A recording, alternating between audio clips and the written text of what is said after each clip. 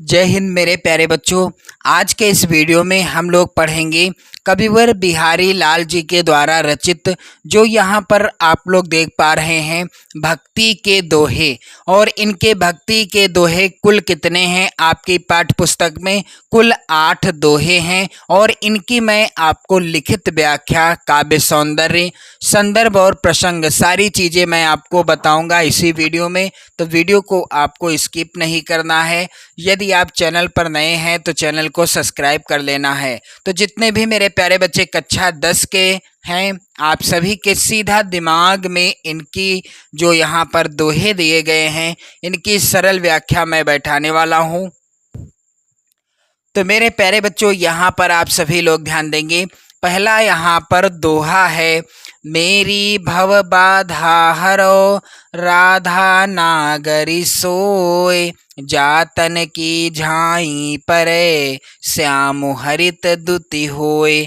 प्रस्तुत दोहे में बिहारी ने सतसई की निर्विघ्न समाप्ति के लिए राधिका की स्तुति की है। और क्या कहते हैं कि मेरी भव बाधा हरो राधा नागरी सोए, वह चतुर राधा मेरे सांसारिक भव बाधा यानी सांसारिक बाधाओं को, कष्टों को हरण कर लो, जिसके मेरे प्यारे बच्चों जा तन की झाई परें श्याम हरित दुत हुए। क्या कहते हैं कविवर बिहारी लाल कि जिसके गौर शरीर की परछाई पड़ने से श्याम श्री कृष्ण भी हरि क्रांति के यानी हरि कांति के हो जाते हैं।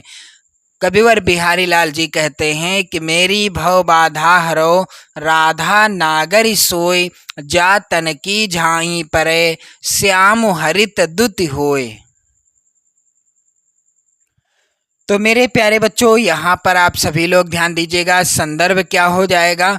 प्रस्तुत दोहा हमारी पाठ्य पुस्तक हिंदी आप काले पेन से लिखिएगा के काव्यखंड में संकलित भक्ति शीर्षक दोहों से लिया गया है, जिसके रचयिता कौन है? कविवर बिहारी लाल जी हैं। तो आप लोग ध्यान देंगे, पाठ का नाम अथवा शीर्षक का नाम आप काले पेन से लिखें और रचनाकार का नाम भी आप काले पेन से ही लिखें। प्रसंग क्या हो जाएगा?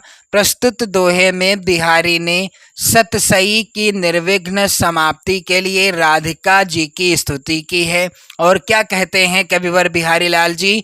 मेरी भव बाधा हरो राधा नागरी सोए, जा तन की झाई परे श्याम हरित दुति होए। कविवर बिहारी लाल जी कहते हैं कि वह चतुर राधा मेरे सांसारिक कष्टों को हरण कर लें, जिसके गौर शरीर की परछाई पड़ने से श्याम अर्थात श्री कृष्ण भी हरि कांत के हो जाते हैं। मेरे प्यारे बच्चों यहाँ पर काव्य सौंदर्य भी आप लोग ध्यान देंगे। काव्य सौंदर्य क्या हो जाएगा? भाषा यहाँ पर ब्रज भाषा है। जो दोहा है इसकी भाषा क्या है? ब्रज भाषा है। रस यहाँ पर श्रृंगार एवं शांत रस है। छंद दोहा छंद, अलंकार अनुप्रास श्लेष और शैली अलंकारिक शैली है। मेरे प्यारे बच्चों यहाँ पर आप लोग ध्यान देंगे। दूसरा दोहा क्या है कविवर बिहारी लाल जी का? दूसरा दोहा है मेरे प्यारे बच्चों, मोर मुकुट की चंद्रिकनु यों राजत नद नंद, मनुष्य शेखर की यकस किए शेखर सत चंद। इस दोहे में श्री कृष्ण के अद्भुत सौंदर्य का चित्रण किया गया है। और मेरे प्यारे बच्चों यहाँ पर आप लोग ध्यान दीजिएगा। प्रसंग मैंने आपको बता दिया, लिखित व्याख्या क्या होगी? तो मोर मुकुट की चंद्रिकनु यों राजत नद नंद, नंद नंदन श्री कृष्ण के सिर पर मोर के पंखों से बना मुकुट धारण कर रखा है। यानी श्री कृष्ण ने सिर पर क्या? मोर से बना मुकुट धारण कर रखा है। मनुष्य शेखर की यकस किए शेखर सत चंद, तो मुकुट चांद जैसे, यहाँ पर आप लोग लिखित व्याख्या भी देख पा रहे होंगे। मुकुट में चांद जैसे चिन्हों को देखकर ऐसा लगता है कि मानो भगवान शिव का अनुकरण एवं ईर्ष्या के कारण कामदेव ने भी सिर पर सैकड़ों चंद्रमा धारण कर लिए हैं। तो काव्य सौंदर्य भी आप यहाँ पर ध्यान दीजिएगा। भाषा ब्रज भाषा रहेगी। रस यहाँ पर कौन सा रहेगा? तो आप लोग कमेंट करके बताइएगा। छंद यहाँ पर दोहा छंद है। अलंकार, अनुप्रास अलंकार, उत्प्रेक्षा एवं यमक अलंकार। गुण कौन सा है? माधुर्य गुण है। मेरे प्यारे बच्चों, इसके बाद आप यहाँ पर ध्यान देंगे दोहा नंबर 3। सोहत ओढ़े पीतु पटु श्याम सलोने गात, मनो नील मणि शैल परे आतपु पर्यो प्रभात। मेरे प्यारे बच्चों, इस तरह से शुरुआत के शब्दों को लिखा जाता है और अंतिम के शब्दों को लिखा जाता है। संदर्भ सेम वैसा ही रहेगा जैसा कि पहले दोहे का था। प्रसंग यहाँ पर आप लोग ध्यान देंगे, श्री कृष्ण का अलौकिक रूप तथा उनके वस्त्र देखकर नायिका अपनी सखी से कह रही है क्या? मेरे प्यारे बच्चों, व्याख्या चलिए लिखित व्याख्या भी आप लोग ध्यान देंगे। इस तरह से व्याख्या हेडिंग डाली जाएगी। वह श्याम अपने सुंदर शरीर पर पीतांबर धारण करके इस प्रकार सुशोभित हो रहे हैं। किस प्रकार से? सोहत ओढ़े पीत पटु श्याम सलोने गात, मनो नील मणि शैल पर आतप पर्यो प्रभात। मेरे प्यारे बच्चों, कविवर बिहारी लाल जी कहते हैं कि वह इस प्रकार से सुशोभित हो रहे हैं मानो नील मणि के पर्वत पर प्रातः काल के सूर्य की पीली पीली किरणें पड़ रही हों। मेरे प्यारे बच्चों, काव्य सौंदर्य यहाँ पर भी आप लोग ध्यान देंगे। भाषा क्या है? दोहे की ब्रज भाषा है। रस श्रृंगार रस है और छंद दोहा है। अलंकार, उत्प्रेक्षा तथा अनुप्रास और गुण कौन सा है? माधुर्य गुण है। तो मेरे प्यारे बच्चों, आप लोग यहाँ पर ध्यान दीजिएगा। आपको चैनल को सब्सक्राइब कर लेना है, वीडियो को लाइक शेयर करते रहना है। यहाँ पर चौथा यहाँ पर दोहा है मेरे प्यारे बच्चों, आप सभी लोग ध्यान देंगे। अधर धरत हरि कै परत, ओठ डीठी पट ज्योति, हरित बांस की बांसुरी, इंद्रधनुष रंग होती। कविवर बिहारी लाल जी प्रस्तुत दोहे के अंतर्गत क्या कहते हैं? श्री कृष्ण के सौंदर्य का वर्णन कर रहे हैं। कैसा वर्णन करते हैं? व्याख्या आप इस तरह से हेडिंग डाल देंगे। अधर धरत हरि कै परत, ओठ डीठ पट ज्योति, हरित बांस की बांसुरी, इंद्र धनुष रंग होती। मेरे प्यारे बच्चों, व्याख्या आप हेडिंग डालने के बाद कुछ इस तरह से लिखिएगा। श्री कृष्ण बांसुरी बजाते हैं। वह जब बांसुरी को अपने होठों पर रखते हैं तब बांसुरी पर उनके होठ, दृष्टि तथा वस्त्र की कांति पड़ती है। उस समय वह हरे रंग की बांसुरी यानी बांसुरी इंद्रधनुष जैसे रंग की दिखाई पड़ने लगती है। मेरे प्यारे बच्चों, यहाँ पर काव्य सौंदर्य भी आप लोग ध्यान दीजिएगा।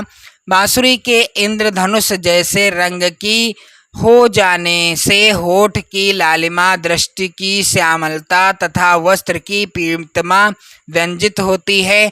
भाषा क्या है प्रस्तुत दोहे की? तो भाषा है मेरे प्यारे बच्चों ब्रज भाषा। छंद दोहा, छंद अलंकार, अनुप्रास तथा यमक अलंकार।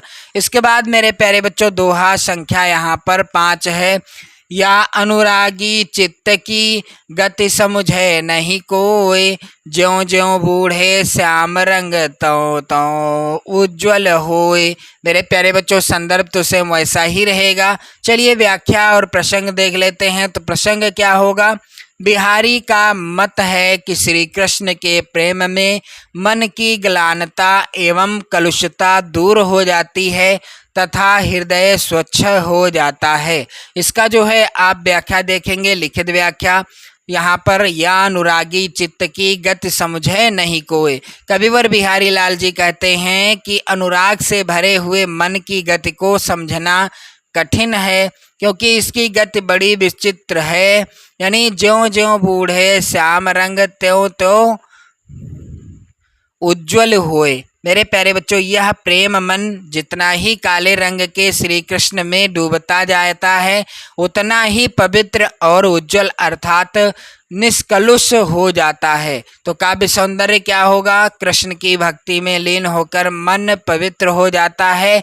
इस भावना की बड़ी ही उत्कृष्ट अभिलाषा की गई है। भाषा क्या है? तो ब्रज भाषा इस दोहे की भी है। शांत रस है, छंद दोहा है, अलंकार श्लेष तथा विरोधाभास है। मेरे प्यारे बच्चों, यहाँ पर दोहा संख्या 6 है। तो लघु या मन मनु सदन में हरि आवे कहीं बाट, विकट जटे जो लघु निपट, खुले न कपट कपाट। मेरे प्यारे बच्चों, प्रसंग आप लोग ध्यान दीजिएगा।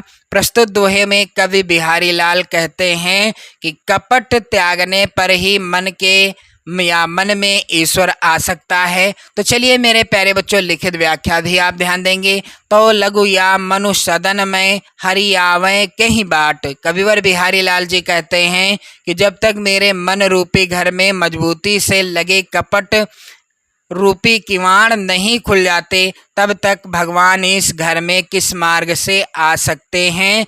विकट जटे जो लघु निपट, खुले न कपट कपाट। तो मेरे प्यारे बच्चों, यहाँ पर आप सभी लोग ध्यान दीजिएगा। बिहारी लाल जी क्या कहते हैं कि जब तक मेरे मन रूपी घर में मजबूती से लगे कपट रूपी किवाड़ नहीं खुल जाते, तब तक भगवान इस घर में किस मार्ग से आ सकते हैं। तो यहाँ पर काव्य सौंदर्य भी आप ध्यान देंगे। ईश्वर की प्राप्ति निर्मल मन से ही संभव है। इस सत्य की कवि ने यहाँ कपट कपाट का प्रयोग करके उत्तम अभिव्यक्ति दी है या की है। भाषा ब्रज भाषा है, रस भक्ति रस है, छंद दोहा और अलंकार अनुप्रास अलंकार है। और मेरे प्यारे बच्चों, यहाँ पर आप देखेंगे 7वां दोहा भक्ति शीर्षक पाठ का। यहाँ पर जगत जनायो जेहि सकलु, सो हरि जान्यो नाहि, ज्यों आँखिनु सब देखिए, आँख न देखी जाहि। यहाँ पर प्रसंग क्या हो जाएगा प्रस्तुत दोहे का। प्रस्तुत दोहे में बिहारी लाल भक्त को प्रेरणा देते हैं कि तू ईश्वर को जान ले। अब यहाँ पर लिखित व्याख्या आप लोग ध्यान देंगे। जगत जनायो जेहि सकलु, सो हरि जान्यो नाहि। कविवर बिहारी लाल जी कहते हैं कि जिस ईश्वर ने तुम्हें संपूर्ण जगत का ज्ञान कराया है, तुमने उस हरि को नहीं जाना। यह बात ऐसी ही रही कैसी, ज्यों आँखिनु सब देखिए, आँख न देखी जाए। यह बात ऐसी ही रही जैसे कि आँखों से हम सब कुछ देख लेते हैं, पर अपनी उन आँखों को अपनी आँखों से हम नहीं देख पाते। मेरे प्यारे बच्चों, यहाँ पर काव्य सौंदर्य क्या हो जाएगा इस दोहे का। मैंने प्रत्येक दोहे का अलग अलग काव्य सौंदर्य बताया है। आप चाहे जैसे नोट्स बनाओ, जिस तरह से आपको अच्छे से आसान लगे वैसे आप बनाइएगा। मेरे प्यारे बच्चों, यहाँ पर काव्य सौंदर्य आप देखेंगे। कवि ने संपूर्ण संसार का ज्ञान कराने वाले ईश्वर को न जानने वाले मनुष्य की स्थिति का सजीव चित्रण किया है। भाषा ब्रज भाषा है दोहे की, रस शांत रस है और छंद दोहा छंद है। अलंकार दृष्टांत और गुण यहाँ पर प्रसाद गुण है। मेरे प्यारे बच्चों, इसके बाद बारी आती है दोहा संख्या 8 की। यहाँ पर आप सभी लोग ध्यान दीजिएगा। जपमाला छापा तिलक, सरय न एको काम, मन काचे नाचे व्यथा, साचे राचे राम। मेरे प्यारे बच्चों, यहाँ पर आप प्रसंग पहले तो ध्यान दो। बिहारी लाल जी कहते हैं कि भक्ति में आडंबर का कोई स्थान नहीं होता, मन का अनुराग ही पहली अनिवार्य आवश्यकता है। मेरे प्यारे बच्चों, व्याख्या भी आप लोग ध्यान दीजिएगा। जप माला छापा तिलक, सरय न एकौ काम। कविवर बिहारी लाल जी कहते हैं कि भक्ति के मार्ग में बाह्य आडंबरों जैसे लोक दिखावे में जप करना, लोगों को दिखाने के लिए गले में माला पहनना, अपनी प्रसिद्धि हेतु तरह तरह के तिलक छापे लगाना आदि से एक भी काम सिद्ध नहीं होता। जप माला छापा तिलक सरय न एको काम, यानी जप करने से, माला पहनने से, तिलक छाप लेने से भी कोई कार्य सिद्ध नहीं होता। मन कांचय नाचय व्यथा, साचय राचय राम। कविवर बिहारी लाल जी कहते हैं कि जब तुम्हारा मन कच्चा रहेगा तब तक व्यर्थ ही नाचते रहोगे। राम तो तभी प्रसन्न होंगे जब तुम सच्चे मन से उनकी शरण में जाओगे। मेरे प्यारे बच्चों, काव्य सौंदर्य भी आप लोग ध्यान दें। कवि ने यहाँ ईश्वर की भक्ति के लिए बाह्य आडंबर करने वालों की आलोचना की है। मेरे प्यारे बच्चों, यहाँ पर आप देखेंगे भाषा ब्रज भाषा है, रस कौन सा है, शांत रस, छंद दोहा छंद, अलंकार अनुप्रास, गुण प्रसाद गुण। तो मेरे प्यारे बच्चों, आपने देखा बिहारी लाल जी के द्वारा रचित भक्ति शीर्षक पाठ के कुल 8 दोहों की लिखित व्याख्या। मेरे प्यारे बच्चों, आप सभी से रिक्वेस्ट है वीडियो को शेयर कर दें, लाइक कर दें और साथ ही यदि चैनल पर नए हैं तो चैनल को भी सब्सक्राइब कर लीजिएगा। इसके बाद मैं आपको अगले वीडियो में कविवर बिहारी लाल जी के नीत के जो दोहे हैं इनको भी लिखित व्याख्या के रूप में प्रोवाइड करा दूंगा। आप लोग पढ़ते रहें, मस्त रहें, स्वस्थ रहें। जय हिंद।